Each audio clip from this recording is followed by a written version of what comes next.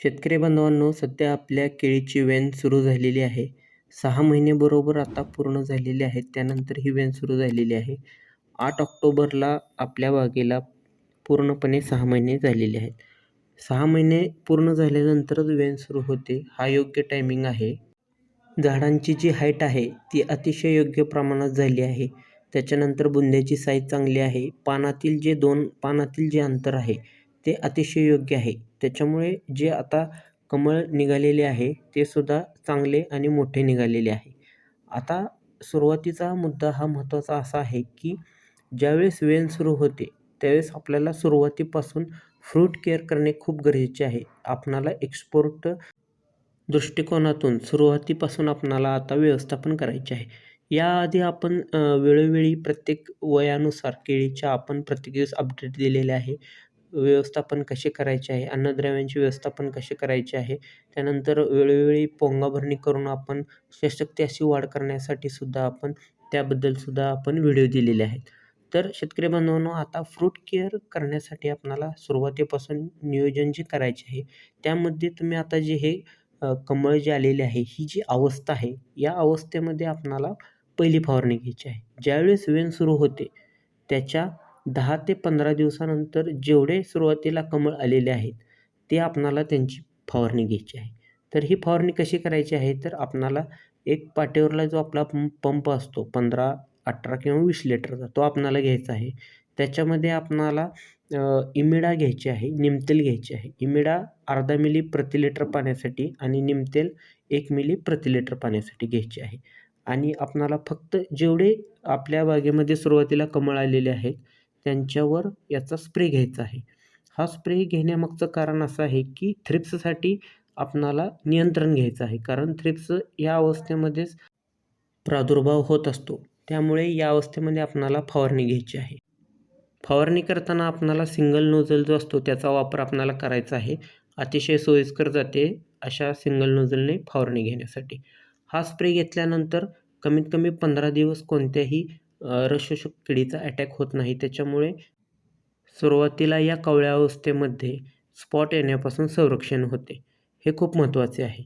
त्याच्यानंतर ज्यावेळेस आपण हे पहिले कमळ जे आलेले आहेत यावर आपण स्प्रे घेऊ. त्याच्यानंतर पुढच्या 15 दिवसानंतर आपणाला हेच करायचे आहे की लक्ष ठेवून याच्यानंतर किती कमळे येतात त्यासाठी सुद्धा आपण असंच एक पाट्यावरला पंप घेऊन हेच जे मी सांगितले इमिडा आणि निमतेल यांचीच फवारणी घ्यायची आहे.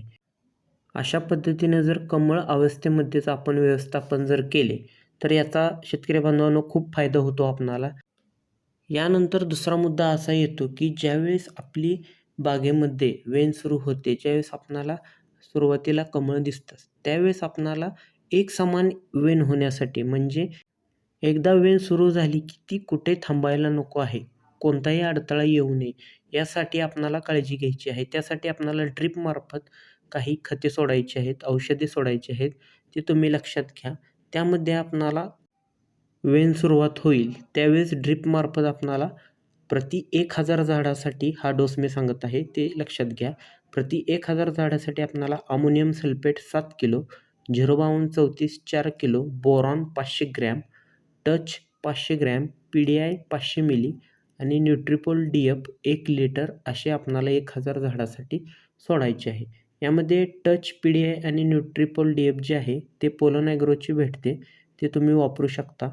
हे जे मी 5 कॉम्बिनेशन सांगितले याचा वापर जर आपण सुरुवातीला वेन सुरू होताना जर केला तर खूप चांगला रिझल्ट भेटतो. जो कमळ बाहेर पडलेला आहे आणि जो त्याचा वादा जो येणार आहे तो खूप चांगला निघतो. वेन ही अतिशय एक समान होण्यास खूप चांगला फायदा होतो. त्यानंतर 15 दिवसांनी हाच डोस जो आहे तो आपणाला रिपीट करायचा आहे. हे लक्षात ठेवा. अमोनियम सल्फेट वापरल्यामुळे, 052 वापरल्यामुळे आणि इतर जे सांगितले त्याच्यामुळे अतिशय चांगले रिझल्ट भेटतात. एकदम जे वेन सुरुवात झालेली आहे त्याच्यामध्ये कोणताही अडथळा येत नाही. यानंतर पुढचा फ्रूट केअर करण्याचा मुद्दा असा आहे की ज्यावेळेस पूर्ण घड ह्या अवस्थेमध्ये जेव्हा असेल, तुम्ही व्हिडिओमध्ये बघता या अवस्थेमध्ये जेव्हा असेल तर अशा पद्धतीनं आपणाला फ्रूट केअर करायची आहे. म्हणजे आपणाला फण्यांची संख्या ही आपणाला ठेवण्यामागचं सुद्धा एक शास्त्र आहे. आपला जो केळीचा बुंदा आहे, खालच्या साईडला जो आपल्या जमिनीपासून एक 4 बोट अंतरापासून आपणाला बुंद्याची साईज टेपनं मोजायची आहे. ती साईज किती येते हे आपणाला बघायचे आहे. समजा 28 इंच, 30 इंच, 32 इंच अशा प्रमाणात जर ही बुंद्याची साईज आली, समजा 28 इंच आली, तर जेवढी साईज येईल त्याला आपणाला 4नं भागायची आहे. समजा 28 इंच आली तर 28/4 जर केले तर 7 येते. म्हणजे त्या झाडाला आपणाला केळीच्या 7 फण्या ठेवायच्या आहेत.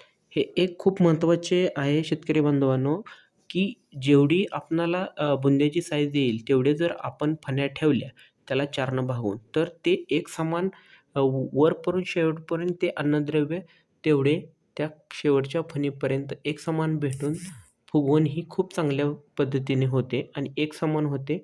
आणि ज्यावेळेस आपण माल काढतो, ज्यावेळेस माल आपण व्यापाऱ्याला देतो, त्यावेळेस ती खालची फणी कापणार नाहीत. जे आपण एक्सपोर्टला माल दिल्यानंतर जी खालची फणी कापून टाकतात, ती फणी आपली कापली जाणार नाही. ती पूर्ण जो घड आहे तसा आपला विकला जाईल.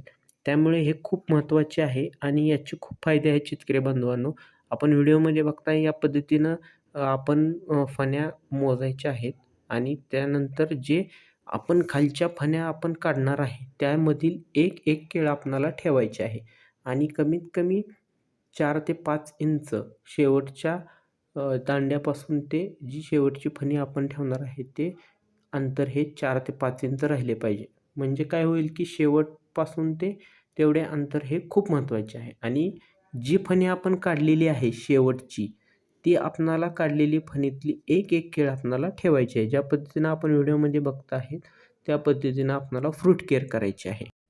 तर शेतकरी बांधवांनो लक्षात घ्या, की जेवढी आपल्या बुंद्याची साईज आहे, 32 इंच असू द्या, 28 इंच असू द्या, 36 इंच असू द्या, किती पण इंच निघू द्या, त्याला 4नं भागायचं आहे आणि तेवढ्या फण्यांची संख्या आपणाला ठेवायची आहे. हे खूप महत्त्वाचे आहे. एक्सपोर्टला माल आपणाला जर त्या दृष्टिकोनातून आपणाला जर द्यायचा असेल, तर आपणाला ही काळजी घेणे खूप महत्त्वाचे आहे. तर याच्यानंतर शेतकरी बांधवांनो, आपणाला पाला हा जो आहे, आता सध्या इथून थंडीचे दिवस चालू होतात. आता हा ऑक्टोबर महिना संपत आलेला आहे. पुढच्या महिन्यात थंडीचे प्रमाण वाढते. पुढे जाऊन चिलिंगपासून संरक्षण होण्यासाठी, त्यासाठी पण आपणाला तुम्ही बॅगिंग पण करू शकता. बॅगिंग करणेसुद्धा खूप चिलिंगपासून संरक्षण होते. त्याच्यानंतर जो आपला पाला आहे, म्हणजे जे पान आहे ते पूर्णपणे वाळून जरी गेले, खालची पानं आता ज्यावेळेस वेन सुरुवात होते त्यावेळेस हळूहळू पिवळी पडत जातात व पूर्णपणे ती जळतात. कारण त्यातील अन्नद्रव्य हे पिकांमार्फत घेतले जाते. ज्यावेळेस वेन सुरू होते त्यावेळेस अन्नद्रव्यांचीही खूप आवश्यकता असते. त्याच्यामुळे जी खालची पानं आहेत त्याच्यामार्फत जास्त प्रमाणात अन्न घेतले जाते. परंतु ज्यावेळेस पूर्णपणे वाळून जातात ती पाने त्यावेळेससुद्धा आपणाला ती आता ह्या थंडीच्या दिवसामध्ये काढायची नाहीत. कारण ती जर आपण पानं तशीच ठेवली तर ते एक कवर बनेल आपल्या त्या बुंद्याला आणि थंडीपासून जे वारे येणार आहेत थंडीचे, त्याच्यापासून संरक्षण होण्यासाठी खूप फायदा होईल. ते एक स्वेटरसारखे काम करेल आपल्या केळीच्या बुंद्याला. त्याच्यामुळे ती पानं काढू नका, ती पानं तशीच ठेवा. त्याचा अतिशय चांगला फायदा होईल आपणाला. तर शेतकरी बांधवांनो, हे काही ठराविक मुद्दे आहेत जे मी तुम्हाला सांगितले. याच्यानंतर अजून एक मी थोड्या दिवसांनी एक व्हिडिओ बनवेल, की अजून चिलिंगसाठी आपण संरक्षण करण्यासाठी काय केले पाहिजे. सुरुवातीला हे मुद्दे आपण लक्षात घ्या, जे मी सांगितले. पहिला मुद्दा, वेन सुरू झाल्यानंतर कमळ अवस्थेमध्येच फवारणी करायची आहे थ्रिप्सपासून आणि रस शोषक किडींपासून संरक्षण करण्यासाठी. त्यानंतर फ्रूट केअर करताना फण्यांची संख्या कशी ठेवायची आहे याचीसुद्धा आपण योग्य ती असे नियोजन करा.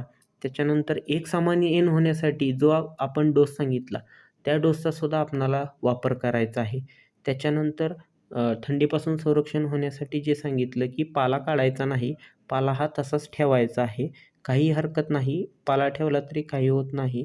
आपण वेळोवेळी 15 दिवसातून 20 दिवसातून आपणाला एक फवारणी तर घ्यायचीच आहे. कारण फ्रूट केअरसाठी ही फवारणी खूप महत्त्वाची आहे. थ्रिप्सपासून आणि मच्छर जे असतात त्याच्यापासून संरक्षण करण्यासाठी आपण वेळोवेळी फवारणी घ्यायची आहे. ती फवारण्यासुद्धा नंतर आपण कोणकोणत्या घ्यायच्या आहेत त्याबद्दल वेळोवेळी मी अपडेट देत राहील. तर अशा पद्धतीनं एक्सपोर्टच्या दृष्टिकोनातून आपणाला सर्व काळजी घ्यायची आहे शेतकरी बांधवांनो. आपणाला जर खरंच शेतकरी बांधवांनो ही माहिती आवडली असेल तर नक्की सबस्क्राईब करा, शेअर करा आणि कमेंटमध्ये काही प्रश्न असतील तर नक्की विचारा. आपल्या परीनं जे आपण स्वतः आपल्या बागेमध्ये प्रयोग करून जे आपणाला दृष्टिकोनात आलं ते आपण माहिती इथं शेअर करत असतो. काही जर तुम्हाला शंका असतील किंवा काही चुकीचं जरी वाटत असेल तर नक्की कमेंटमध्ये सांगा. आपण त्याच्यावर सुद्धा आपण विचार करू आणि त्याची सुद्धा उत्तरं आपण देण्याचा नक्कीच प्रयत्न करू. धन्यवाद शेतकरी बांधवांनो.